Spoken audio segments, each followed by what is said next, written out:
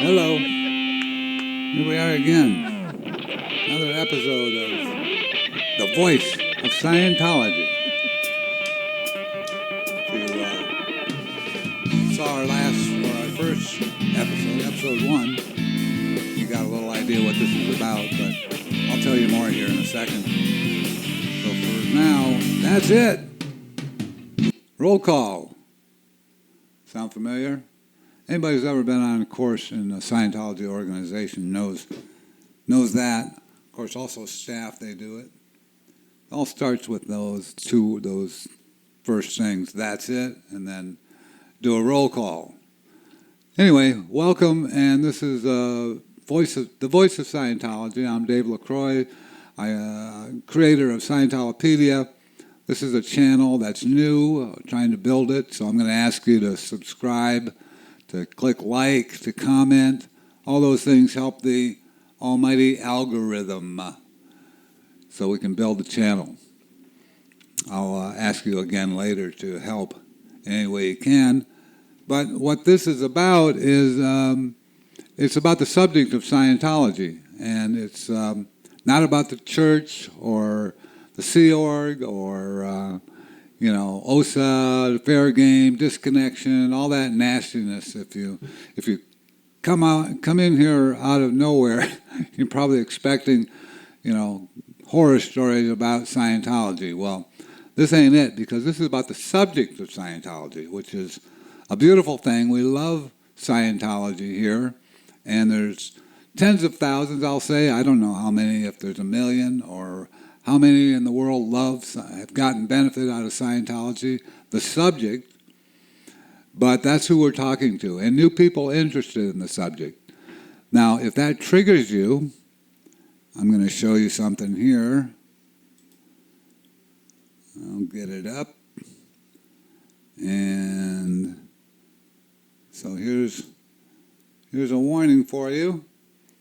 Viewer discretion is advised. So if the idea that somebody's saying nice things about Scientology would trigger you, or as we say in Scientology, push your buttons, well, this may not be the good format for you. Anyway, we love the subject. It's such a vast and huge subject. I've been thinking about doing this series for some time, but needed, I guess, a little motivation, a little kick in the rear. Current events are so pathetic and disgusting of what's going on in the world that I thought, you know what, I got no excuses for not getting the word out and getting the bigger word out about the benefits of Scientology information. There's stuff going on, MK Ultra stuff. You can go down a long list of, AI and just the degenerate stuff, the Epstein class of stuff, the wars. It's just a pathetic scene out there, and that motivated me, as it always has, to, in a new unit of time, it motivated me to do something extra. I've already built probably the most trafficked website on the subject of Scientology, which is Scientolopedia.org. But we can all do more. So we're going to present a lot of information about the subject, about the true story behind these things, and I'm going to get guests coming in, talk about some of these things, and we'll hash it out and have some fun with it, and hopefully help some people understand what it is, and maybe help them find some avenues, learn how to audit themselves, for themselves, and get some auditing, actually do the bridge. Now, when you start talking about a subject like this, you wonder where do you start? I mean, it covers all aspects of life and living, communication and tone levels and human interactions and groups, and I mean, it goes on and on, the things that you can have a broader understanding of from subject, or from following or duplicating what L. Ron Hubbard was putting out there. And so you ask yourself, where do I start? And I'm going to quote the the Cheshire Cat. I think now I'm paraphrasing, but I think it was Alice asked something like where to start, and the Cheshire Cat answered something like, well, it's always best to start at the beginning. And that's very true. So we're going to start at the beginning. And the beginning, as you will see in a moment, has to do with Axiom One, that I named this video to be Cosmology Versus Axiom One. So I guess we'll get right into it. But actually, let's hear from L. Ron Hubbard first.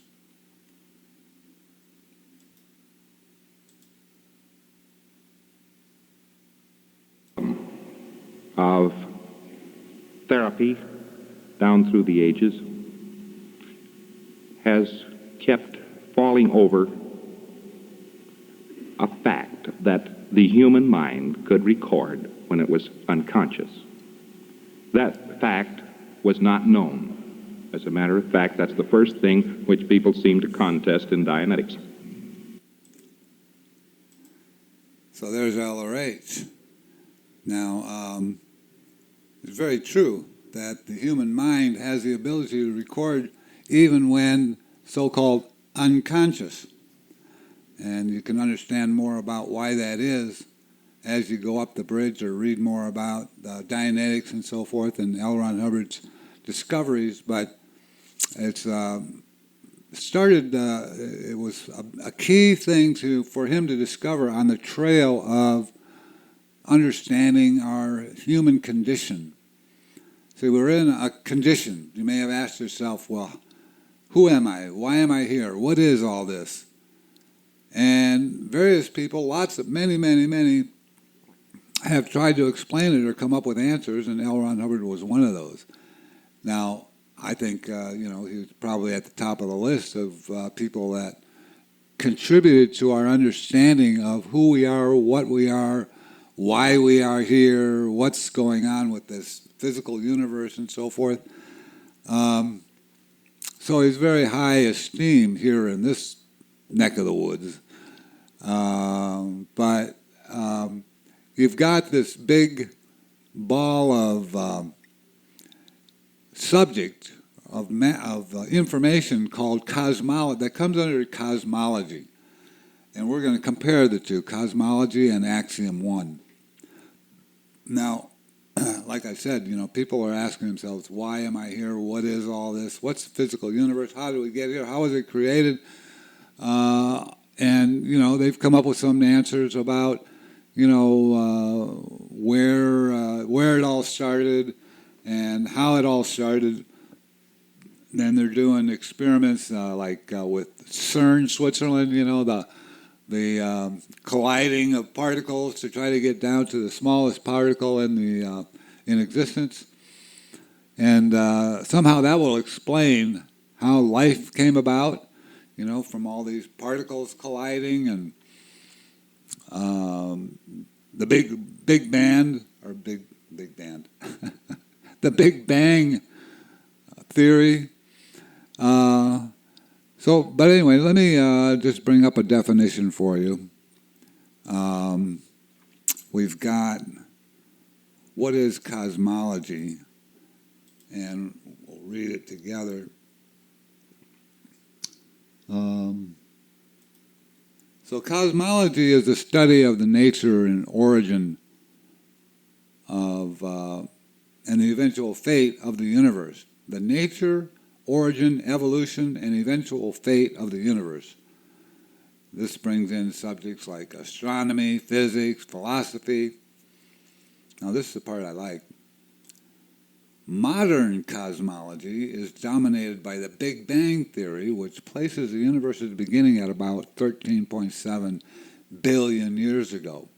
So modern, I mean, it's kind of funny when you think in terms of they're looking at a 13.7 billion track. So what is modern? Was a billion or a million years ago to present, or just on planet Earth in the last 100 years here? Anyway, the theory that all of a sudden there was a big bang, and they don't really know why, but for some reason there was an explosion, and that's where all the particles scattered throughout the universe. And, all the galaxies and so forth were created, the sun, the moon, the stars, our little, orbiting sun and moon and so forth, came out of this big bang. And somehow little particles came together and the right combination of chemicals reaction occurred so that organisms could start to grow, and eventually they grew into species like us who can ask the question, where did we come from? So we kind of, if you took all that in one couple minute cycle, your head would be spinning so fast. How did this happen? How did we get here? And they don't really have any good answers, I don't think. I mean, there's people more knowledgeable about what the cosmology is than I am, but that's what people look for, is answers in that physical world. So I don't know that that's where you're going to find them. I've got a different idea here we'll talk about in a second. But cosmology seeks to answer these origins of this physical world, and they can look at things and they can analyze down to, infinite atomic level particles and smaller. And that's what they're looking for, is the answer to, what is dark matter and what's all this stuff, where did it come from and when did it start? And of course, being scientists, they don't like the idea of giving credit to God.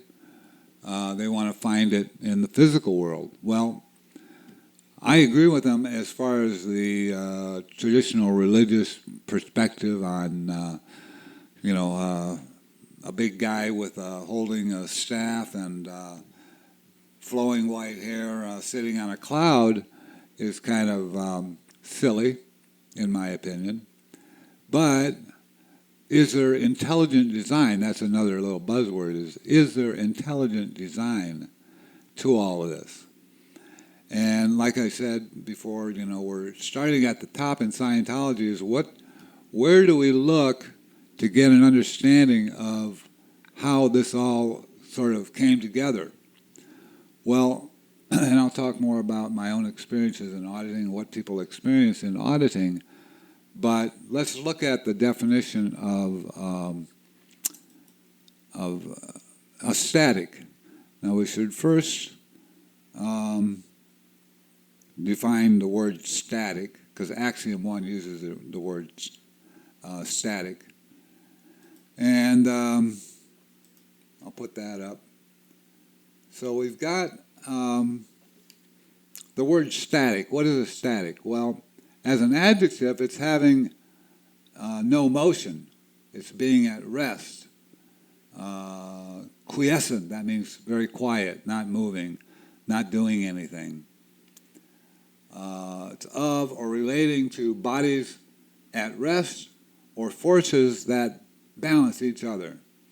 So we've got an equilibrium. There's a force here and a counter force here, and so we got a static situation. It's holding still. And it's of, relating to, or producing stationary charges, electromagnetic. In other words, you've heard of crossing a carpet and touching something and you get a little jolt. That's static electricity. Now that's as an adjective. So static is this sort of stationary, not changing thing, but that's not a noun. What we are talking about is the definition that I'll get for you here, which is Axiom One. Now this is the first axiom in Scientology. I'll tell you where to find it, and it's out of a book, but Axiom One is, we'll go through it and then I'll talk more about it. But life is basically a static. That's the first principle of Axiom One. Huh? Life is a static? A static. Well, we have this unmoving or this stationary thing that somehow doesn't, just stays in one place or something. But then it gets even more complicated because, let's go on. The definition of a life static, it has no mass, no physical mass, no motion, doesn't move, no wavelength. In other words, it's not vibrating or oscillating or somehow flowing like the waves do and everything else in this universe. And no location in space or in time. No location. Wow, that is a mind, you know what. No location. All right. Now, many of us have done demos on this and been gone through it in the course, in Scientology course rooms, and cleared all the words and spent time working with these, doing demonstrations and doing it in clay and so forth. But it's pretty deep. And the last part is it has the ability to postulate and to perceive. So it has an ability, it has no motion, no place in time or space, no wavelength, no mass, but it has the ability to postulate, meaning to decide things, to create new futures, to put things out there that he decides he wants or she wants, and to perceive. So there's perception, you can see things and perceive it, but then you can also create things, postulate, decide on things. Well, wow, that's a monster of a definition and a monster of a statement. And that's starting at the top. Now, I heard LRH, I think others have said it too, but LRH said that absolutes are unattainable. But somewhere recently, recently in the last year or so, and I didn't mark it down, but I heard him say, I saw it in writing, where he said that Axiom One is an absolute. So this is an absolute truth. It's the only one that he knew of, that LRH said he knew of. That was an absolute that existed in this universe, and that is Axiom One. So that's a pretty strong statement, no matter what you think of L. Ron Hubbard. If he came to that conclusion about something, I would think we'd take note of it. Now, the reason Axiom One is at the top, that's the beginning, is because if you follow that, all that to its logical conclusion, you would discover or figure out that this is why we're all here. It's because of the life static. In other words, you and I and everyone else, that's what they are. That's the spirit. That's the genius of this, is that he was able to, in one line, one sentence, and then a definition of it, describe perfectly what the spirit is. Now, going down the whole track, when in auditing you are bit by bit, whether you start off with beginning processes or as you go up the bridge and you get into the OC sections, you're dealing with this thing called a time track, and it goes back a long, long ways. Now, they say in cosmology, what they say, 13.7 trillion years to the start of the physical universe. Well, you find, I think, and I know this for myself, but most OTs know that it goes back even farther than that.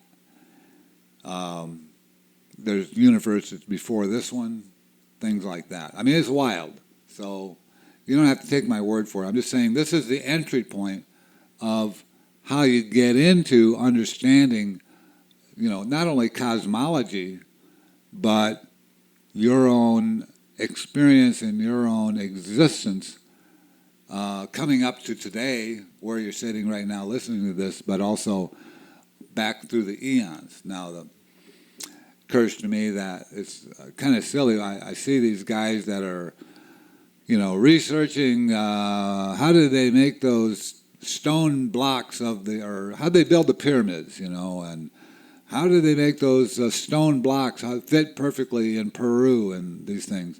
And they're all fascinating. I'm not saying they're not, but going back to whether the pyramids are 3,000 years old or 10,000 years old, it kind of doesn't matter.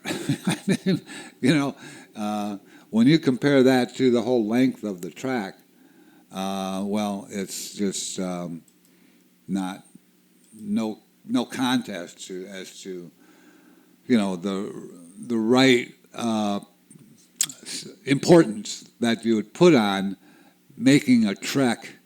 If you could go on a trek to see the pyramids and experience that versus be able to travel down your own time track to the beginning of time or the beginning of the physical universe and have a good awareness of that, and get case gain, get charge off the case so that you're bigger and bigger and bigger as you do it. Well, there's no contest. I think about that. How many billions or millions, probably about billions, put into the experiments at CERN, trying to find the smallest particle in the universe. And at the same time, if they had put that much money into developing people, taking, let's say, Scientology steps, they could have put tens of thousands of people through the bridge steps to bring them to the point where they can traverse the cosmology on their own and reduce the charge of the universe, the accumulated charge, because that's one of the reasons why we need more people to do the bridges, because it's fine for me or you or a handful of others. I don't know if it's 100, 500, 5,000. It's probably not more than that have actually honestly really done the bridge. I mean, parts of the bridge is probably in the 100,000 or a couple 100,000. But I mean, really gone down the whole track and really unburdened themselves of all the travails of the whole track. It's not a huge number, but the money that they put into something like studying the particles at CERN could have gotten, who knows, 10, 20, 50,000 people that had gone down that track. The net result of that would be a hell of a release of free theta into the universe, and would be, would make a change. And that probably will happen. It's just it may not be in our lifetimes, because they seem to be working overtime to try to blow this place up and enslave it. But we'll use Scientology. We'll talk more about these other aspects to it. I wanted to just give you a little glimpse on, what the whole deal was with Axiom One versus cosmology, and the high-level look. How we as Scientologists might look at this problem of understanding the cosmology of the universe. I've resolved it for myself. I mean, I don't have any question about what happened, how it happened, and why. There's pieces of information I don't have. I don't say I know everything. I'm not all-knowing. But once you've traveled the track and you've done all the steps of the Scientology bridge and then some, you have a pretty good idea of how thin and transparent and how wispy this physical universe is. So dedicating your life to this gritology, I call it gritology, grit, like the little stuff you get under your fingernails, or what they put on sandpaper to make it sand. That's grit. Well, the study of grit is, you could say, is cosmology. That's what the Einstein boys are doing.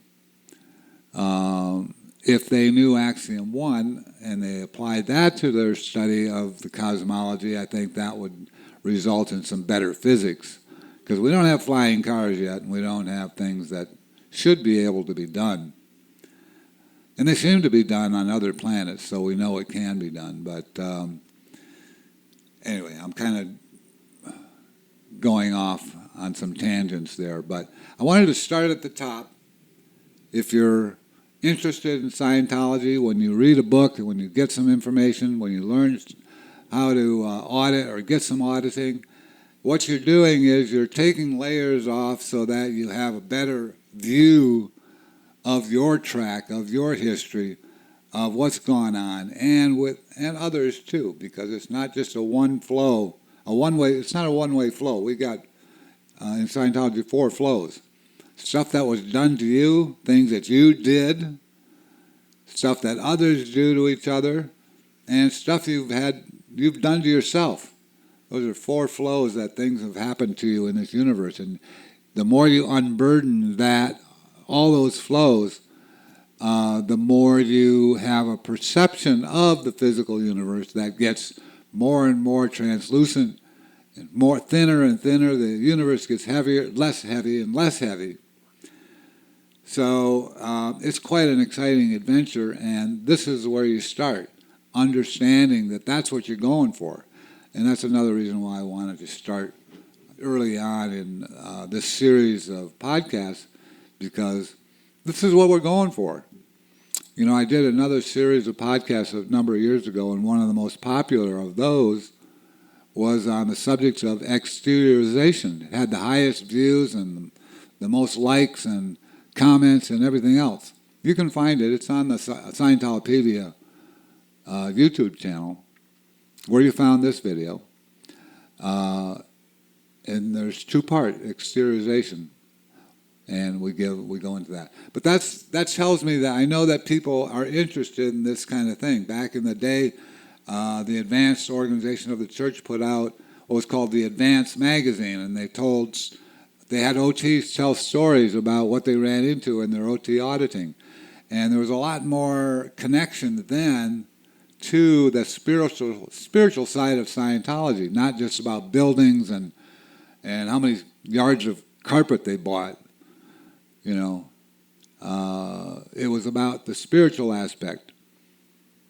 So anyway, that's why I'm talking about this, because I think you probably are interested in this too. No matter where you're at on the bridge, if you've never done any Scientology services, I know that you want to know this stuff. So I'm trying to make an effort to help you and point you in the right direction. And believe me, Axiom One is a very good starting point.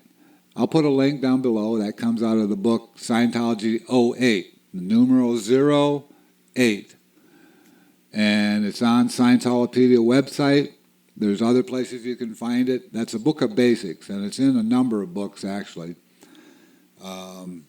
But the axioms are, doesn't get any more basic or deeper than that. The Axiom One is it as far as explaining this universe. And you can pause this or go back and read that copy of Axiom One. Find it from the link that I put down below. And good luck on your journey, because we're all in this journey, no matter the fact that I say and others say that they have traversed this whole track, or the cosmology has been explored. Nobody knows everything, and nobody has it all figured out. But that's a big chunk for anybody to be able to say that I have traversed the cosmology of this universe. Anyway, all the best of luck to everybody. Thank you for joining. Please like and subscribe, link, comment. All these things feed the algorithm, which we are more and more becoming slaves to. But anyway, thanks for joining, and we will be back with more soon as possible. We've got a lot to cover, and it's an endless, really, it's a huge subject. I'm surprised nobody else has ever done it. But they get too caught up in all the craziness of the church and the Sea Org and so forth. Anyway, I'm here to rescue you. That used to be a slogan on the book. Scientology is here to rescue you. Not a bad slogan, because I know it rescued me. Anyway, thanks for joining, and we'll see you soon. All right, well, thanks for joining, like I said, and we'll be back soon with more episodes. We got a little, we could use some help. If you're good at producing this type of thing, get in touch with me. But we're on to something here with the Voice of Scientology. Take care.